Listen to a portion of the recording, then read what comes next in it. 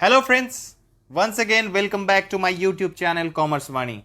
उम्मीद करता हूं दोस्तों आप सब कोई कुशल मंगल होंगे। दोस्तों, आज का टॉपिक है changes in ITR V for the assessment year 2020-21। जैसा कि आप सब जानते हैं कि इनकम टैक्स डिपार्टमेंट ने ITR 1 and ITR 4 for the assessment year 2020-21 release कर दिया है। जब भी आप इस रिटर्न को सबमिट करते हैं तो आपका आईटीआर वी जो है वो जनरेट हो जाता है। तो इस आईटीआर वी में कुछ चेंजेस किया है इनकम टैक्स डिपार्टमेंट ने, तो आज उन चेंजेस को हम जानेंगे और पहले क्या आईटीआर वी में हुआ करता था और अब आईटीआर वी के अंदर में क्या है और अभी कितने आईटीआर वी जो है वो जनरेट करने पड़ेंगे हमको। तो ये सारी चीजें मैं आज आपको बताऊंगा। तो इस सारी चीजों को जानने के लिए जुड़े रहिए हमारे साथ में वीडियो के एंड तक। तो जैसा कि आप सब जानते हैं दोस्तों के आईटीआर वी जो है वो क्या है। आईटीआर वी दोस्तों that stands for income tax return verification. ये एक इनकम टैक्स रिटर्न का वेरिफिकेशन फॉर्म है जो आपको एक पेज का डॉक्यूमेंट के तहत मिलता था।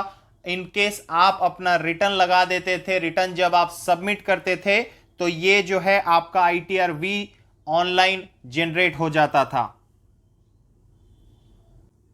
तो सबसे पहले दोस्तों आइए डिस्कस करते हैं हम ITR V for the assessment year 2019-20। हम इस आईटीआर वी में देखेंगे कि पहले क्या हुआ करता था और उसके बाद में अभी का आईटीआर वी देखेंगे फॉर असेसमेंट ईयर 2020-21 और हम ये जानने का कोशिश करेंगे कि क्या चेंज जो है आया है। तो 2019-20 का जो असेसमेंट है मैं इसको बहुत ही क्विकली समराइज मैनर में मैं इसको कंप्लीट करने का कोशिश करता हूं। टोटल 3 कंटेंट इसके अंदर में हुआ करता था 2019-20 का आईटीआर वी में।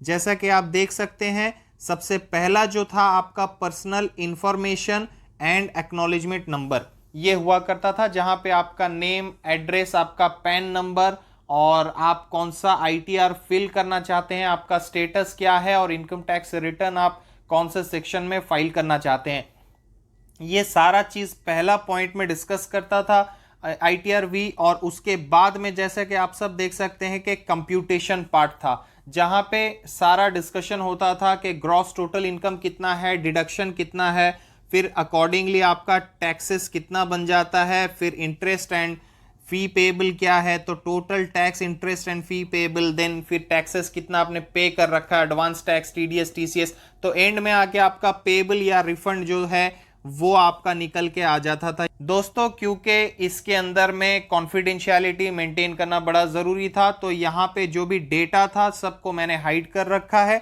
और पॉइंट नंबर 3 पे मैं डिस्कस करूँ तो एट द एंड यहाँ पे वेरिफिकेशन जो है ये आ जाता था। जैसे कि आप अपने रिटर्न को ई वेरीफाई अगर कर देते थे तो ये वेरिफिकेशन जो है आपका आईटीआर वी साइंड होके आ जाता था। अदरवाइज आपको यहाँ पे जो साइन हियर ऑप्शन है इसको साइन करके आपको CPC Bangalore through ordinary post या स्पीड पोस्ट भेजना पड़ता था।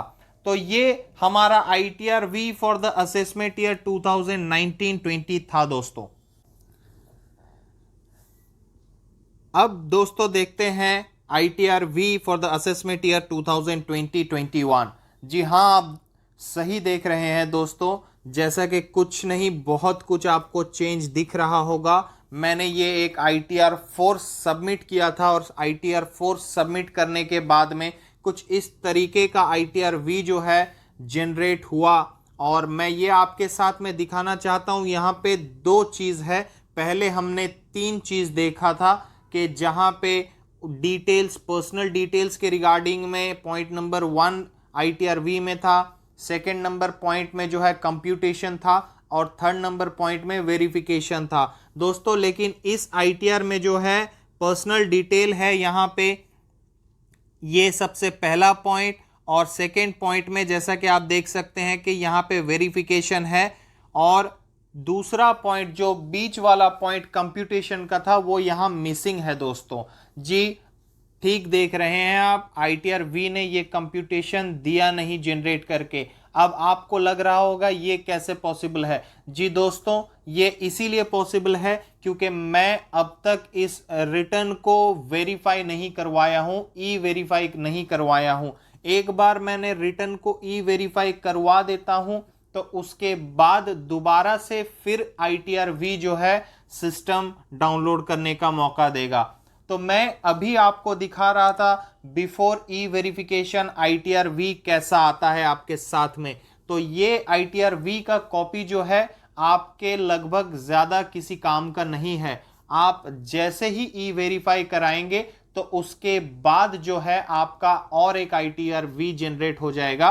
तो चलिए दोस्तों देखते हैं ई वेरिफिकेशन के बाद में जो है आपका ITR-V कैसा है फॉर द असेसमेंट ईयर 2020-21।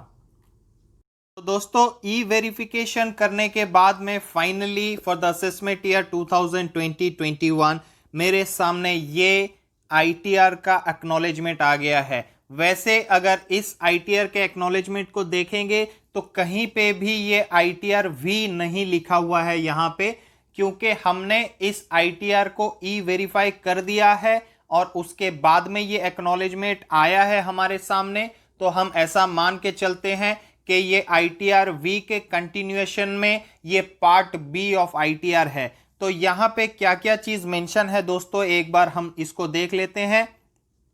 सबसे पहले तो हमको यहाँ पे पर्सनल डिटेल्स मिल जाएगा, जहां पे SSC का pan number, name, address, status and कौन सा रिटर्न फाइल कर रहा है, ये डिटेल मिल जाएगा। उसके बाद में दोस्तों यहाँ पे taxable income and tax details यानी कंप्यूटेशन जो है वो हमारा आ जाता है। और इस कंप्यूटेशन शीट के अंदर में देखेंगे अगर तो डिविडेंड डिस्ट्रीब्यूशन टैक्स का डिटेल्स भी इस बार जो है दिया हुआ है and accreted income and tax detail को एक साथ में यहां पे दिया हुआ है, जिसके एंड में आपका जो टैक्स का पेबल है या रिफंडेबल है वो अमाउंट यहां पे दोस्तों आ जाता है। और उसके बाद में दोस्तों क्योंकि हमने इस ITR को ई वेरीफाई कर दिया है तो इसका ये फाइनल वेरिफिकेशन एंड में आ जाता है, जहां पे दिखाता है ये क्योंकि हमने आधार के OTP के थ्रू से हमने इसको ई वेरीफाई किया है तो यहाँ पे generated through Aadhaar OTP mode आ रहा है। और एंड में दोस्तों देखिए कि do not send this acknowledgement to CPC Bangalore, क्योंकि हमने इसको ई वेरीफाई कर लिया है तो हमारे को इसको और दोबारा से स्पीड पोस्ट में नहीं भेजना पड़ेगा CPC बैंगलोर। तो ये दोस्तों था इस बार का असेसमेंट ईयर 2020-21 का ITR-V। दोस्तों हमने ये देखा कि ये ITR-V जो है फॉर द असेसमेंट ईयर 2020-21 ये पुराने ITR-V से किस तरह से अलग है। पुराना ITR-V जो है एक ही पेज का आता था, लेकिन इस ITR-V में दो बार आता है डेटा हमारे सामने। पहले बार में सिर्फ पर्सनल इंफॉर्मेशन एंड वेरिफिकेशन आता है और जब हम उसको ई वेरीफाई कर देते हैं तो फिर जाके कंप्यूटेशन के साथ में जो है एक्नॉलेजमेंट हमारे सामने आ जाता है, जिसको हम पार्ट बी ऑफ ITR-V भी बोल सकते हैं। दोस्तों हमने ये जो डिस्कशन किया है मुझे उम्मीद है कि आपको पसंद आया होगा। अगर अच्छा लगा है तो डेफिनेटली एक लाइक कर दीजिए एंड हमारे चैनल को सब्सक्राइब कर लीजिए सो दैट हम आपके लिए और भी ऐसे अच्छे अच्छे इंफॉर्मेटिव वीडियोस लेके आएँ और दोस्त लोगों के साथ में और जिनको ज़रूरत है उनके साथ में ये वीडियो को शेयर कर दीजिए। Thank you very much.